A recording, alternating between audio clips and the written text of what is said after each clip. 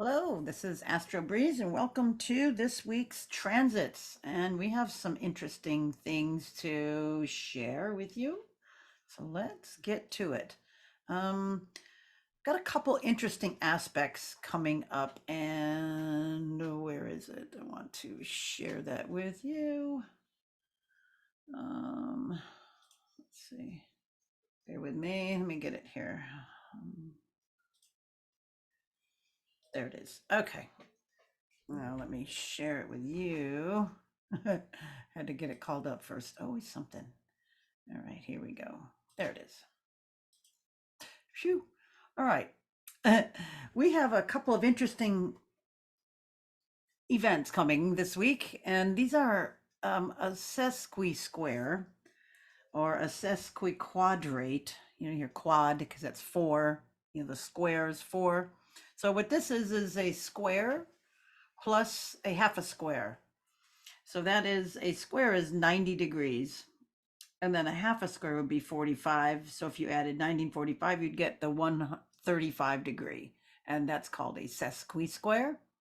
It's regarded as a minor aspect, but nonetheless, this week we're going to have a sun. Well, we got a few of them, but we've got a sun half square, which we'll get to in a minute, Venus all week. But then we have some sesqui-squares. But let's look at these. All right, so sesqui-square or sesquiquadrate, same thing. It's the same thing. See, it says up here sesqui-square, sesquiquadrate. Energy similar to that of a square and semi-square. It belongs to the group of analytical aspects divisible by two, which creates tension and challenges us to work and learn. But the conflict is less apparent than with a square. It is easier to suppress, making it more difficult to learn from the challenge. Okay, so see the conflict of a square is just right there and in your face. This is a little bit more odd. It's a square and a half a square. So they tend to indicate a smoldering conflict that one would prefer to ignore. Any relief would tend to be short-lived. These sesqui-squares, sesquiquadrates, therefore tend to indicate themes of long-term and stubborn nature. Sesqui-squares can occur between planets that are either in the same element, such as 6 degrees Leo and 21 Sag, see if you can do the math, or in different elements. They could be out. So if they're, how do I say it?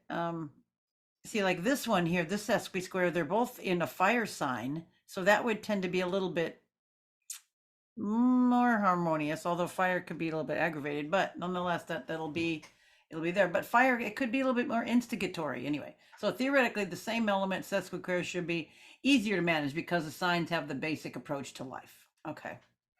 Ses or semi-square. This would be semi is half. So this, or another, their name is octile.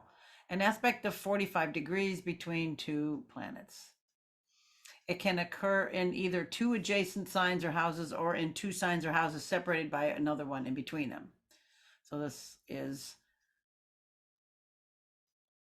here we go. Okay, the energy of a semi-square, or it's about, again, 45 degrees, half, a square.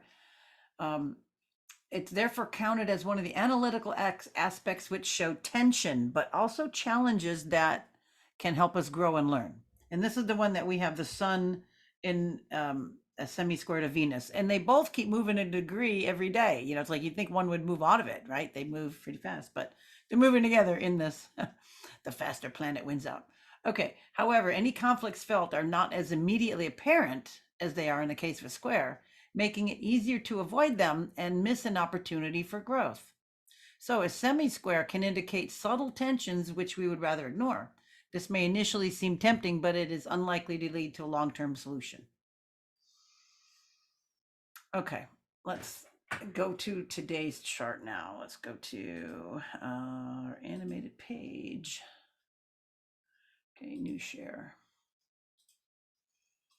All right, here we go. Let's look at today, Tuesday, the 26th of September, 2023. And I kind of want to take some of these off because they're in the way. All right. So, interesting week. Like yesterday, though, we started out the week with you can see Mercury. We'll go by, where's Mercury?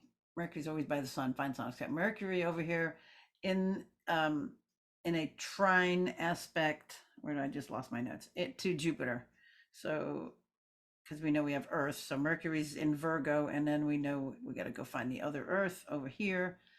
So you can see here it's trine, and then let me go animate. Oh.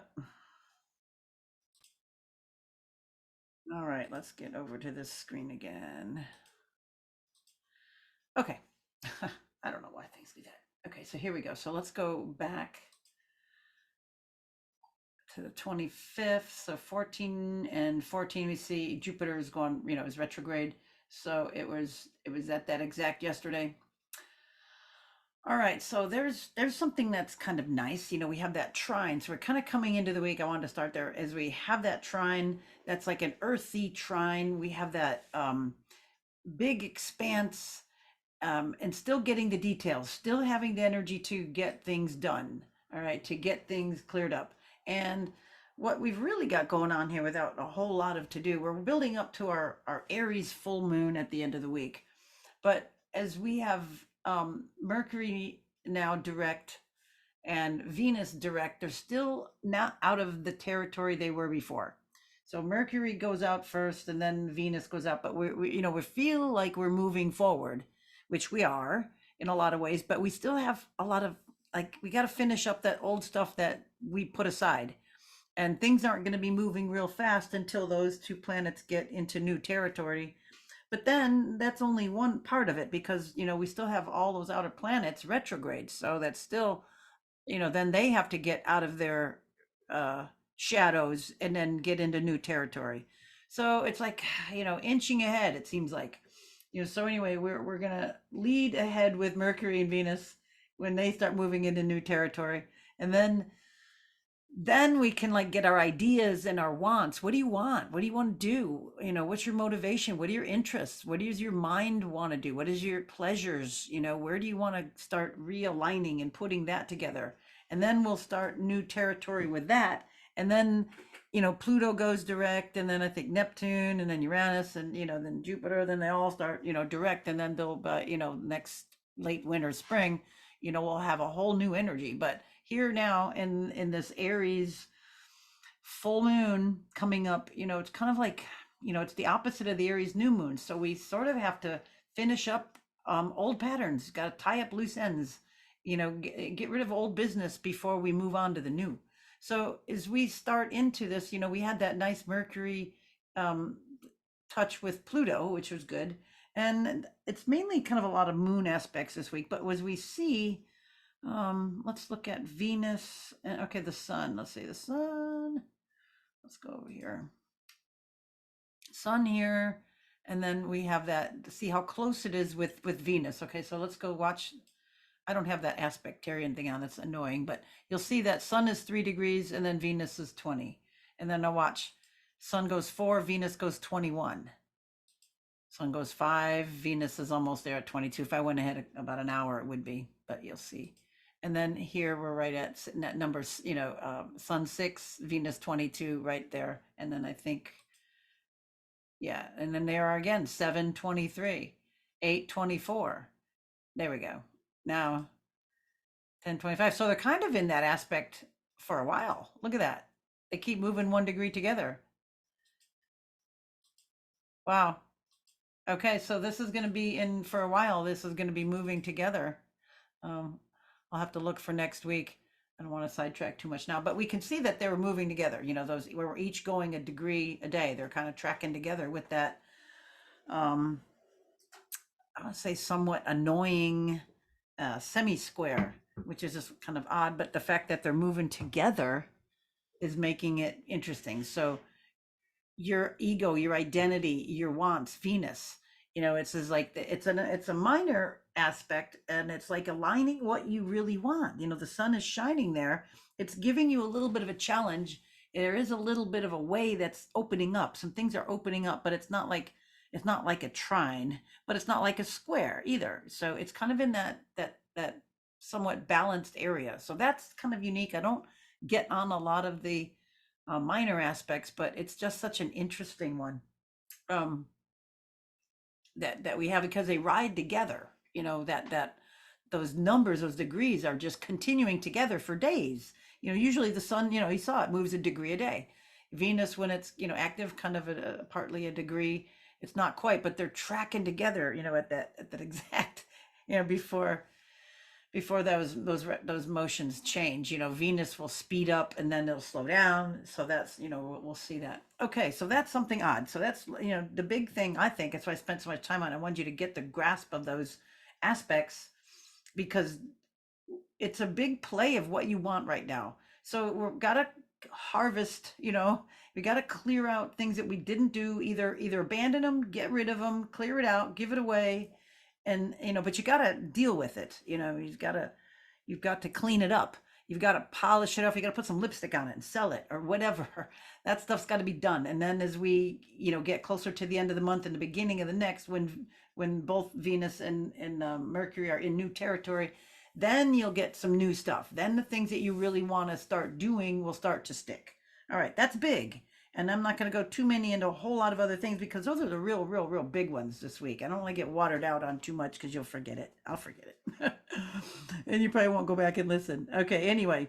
Um, a lot of moon aspects this week. Not a whole lot until we get toward, Friday. So let's go over some of that. Um, well, let's see. Let's look at a couple of these other aspects that I've got here. Let me read a couple of things I have to you coming up. We've got a couple of odd things. I told you about them. All right, so Sun, I got some other notes. Sun semi-square Venus all week. Challenging aspects to the Sun can point to difficulties realizing one's potential or obstacles to willpower. With Venus involved, these challenges can be overindulgence or difficulty saying no to others. I found that so much in the last couple of days. It's like I started to do some online shopping. I said, I better not do this right now. I had like three different companies I want to buy a bunch of stuff from. So I'm like, let me just put it in a cart and just then go take a break and drink some water. So it's like you have to kind of put that stuff in check. And then, saying no to different things, or it's like, go, can I use your such and or other to do such and or other? I was like, okay, not really. I don't want you to, but I got to keep the peace. So, watch those types of things there. Is it really worth it?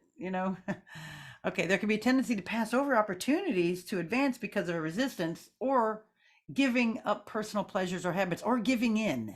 Okay, let me say that one. Irritation that seems to stem from others could be the reflection of our own inner discomfort, or it may be best to control yearnings for more and search for a creative solution for your inner dissatisfaction.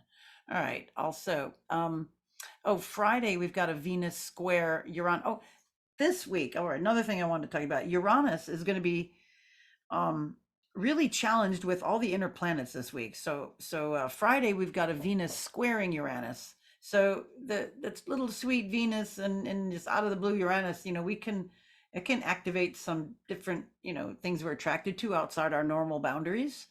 Um, it could make an exciting love life.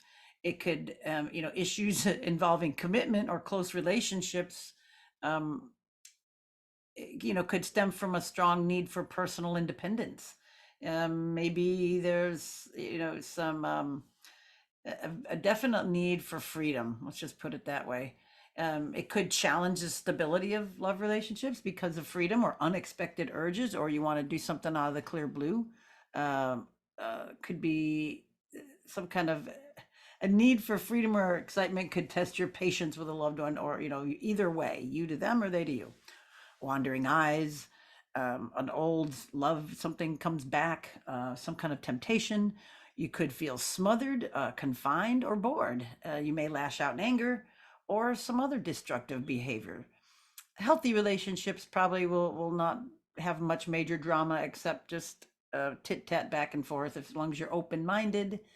Maybe doing more fun or exciting things together with someone, if you're with somebody. Otherwise, you kind of relate, that this pattern can also crack open some things for you, maybe break free of some things that you've been wanting to get rid of. So maybe, kind of, what I say, freeing yourself from some circumstances or patterning that have been restraining you on some level. All right. Mercury will trine Uranus, and we'll have that one. So we got some push pulls. You know, we had a square with Venus. Now we have a trine with Mercury. This one could be easy opportunity to harmonize technology or specialized information into daily life. You got Mercury, mind, Uranus out of the blue. Um, Maybe we want to talk about our desires instead of just blindly following our impulses. Maybe the trine can give a brilliant or, you know, a creative idea. You know, because it's like you have an antenna, you know, you're out of coming like all out of you, all you're a bigger antenna right now. So your ability to pull in things, maybe getting some psychic hits, some being real intuitive, maybe getting focusing on something exciting or original or something real peculiar might interest you, some kind of mental stimulation. Um, you could be good at problem solving, you know, crossword puzzle, board games. These are just, you know, different things that would be firing up Mercury and Uranus. Future thinking, anything creative, anything that could be any occult studies also. It could all relationships could also experience another lack of stability. So there's another one. So be careful, okay? Um, just watch how other people are receiving you, and then how are you feeling underneath. And then there's a Mars quincunx Uranus. So, you know, Mars is like going after what we want. Uranus is, you know, the power of awakening. It could be disruption and change. So, you know, this is all some unexpected twists and turns with Uranus. So, Uranus will be getting, you know, aspects from the Sun, Mercury, Venus, and Mars all week. So this is a very, very interesting setup that we've got going on. So those are the ones that are coming through. Let's look at the full moon here now. Let me get it exact for you. 8, go back a couple hours. It's just so nice to see when it lines up. There it is. All right. Put myself here. Okay, so this is our nice full moon right here. It is on the East Coast. It's like 6:30 in the morning.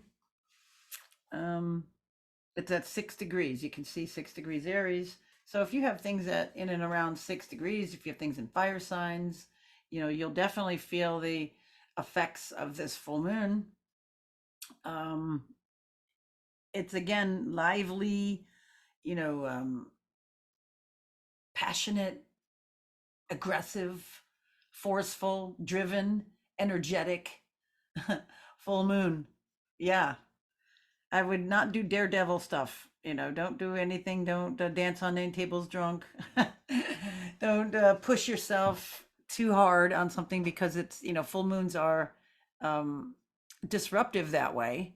And being in a fire sign, being an Aries, it could be, you know, uh, very aggressive. You know, it's like, oh, you think you're invincible or things, you know, or you could push that limit on those fire signs. So kind of lay low. And then it's also a big test of relationships. You know, we've got some interesting things. We've got, um, you know, the sun is exalted in Aries and it's at its fall in Libra. And then, so we have the sun in its fall, and then we have Mars is its home in Aries, you know, and that's a detriment in Libra. So both the Sun and Mars are weak, even, you know, even though that the Moon is strong. So there's another caution, another thing to be cautioned, because the Moon in the Aries would be strong, where that's weakened the Sun and Mars. All right. What else did I want to tell you about that? Yeah, we had all the unexpected impulses we've got, starting projects. Yeah, another thing that was about the Mars quincunx Uranus. You know, it's like you want to get going on something, you get creative urge, and that quincunx is like, well, not quite yet. You know, it's like um, we could get a reaction we don't expect from something because of that. You know, your action, you want to move somewhere, and then all of a sudden something quirky happens. So kind of watch out for that, because we got all those, you know, those inner planets, they're going to be stressing Uranus, and you know, it's like bothering the uh, the unexpected, so to speak. Yeah. Okay, so we've got that weakening, and then we've also got, Mars going close to the South Node now. It's going to be marching over toward the South Node. Well, I mean, it passed the South Node, what I'm saying. So we've got that, we've had that, and we're still kind of resonating in there, that letting go. It's passed over it. So we've had that letting go of things, the South Node, and then Mars, the action of that, and it kind of vacillates in there. And this is the mean node, not the true. Okay. What else? What else? Yeah. Um, told you about that. I told you about those. Monday we got that bringing up. I already told you about all that. What else did I have here? Those are the big ones. So, we got those again, the sesqui square and the semi squares with, the sun and Uranus. There we go. That was the sesqui quadrate, whatever was the sun and Uranus. So another one, I mentioned that. So a lot of stuff that could be unexpected. A lot of things that reaction from others may be different. Some routines may get changed or plans altered. That's kind of how our week will roll. So careful around this full moon, but enjoy it. It'll be lively. Get things done. But just kind of um, be cautious of others, how you come across to others, how others are coming across to you. You might have to redefine some boundaries, but be careful of your speech. Without saying things too harshly, because we have that Aries moon. You could tend to just be kind of aggressive in speech or mannerisms, which would be counterproductive. But then also don't be such on the maudlin side of just giving up yourself and being selfless and falling into that total balance of others. So it's sometimes you just have to express how you feel in a nice way. All right. We'll talk next time. Thank you for watching. Bye for now.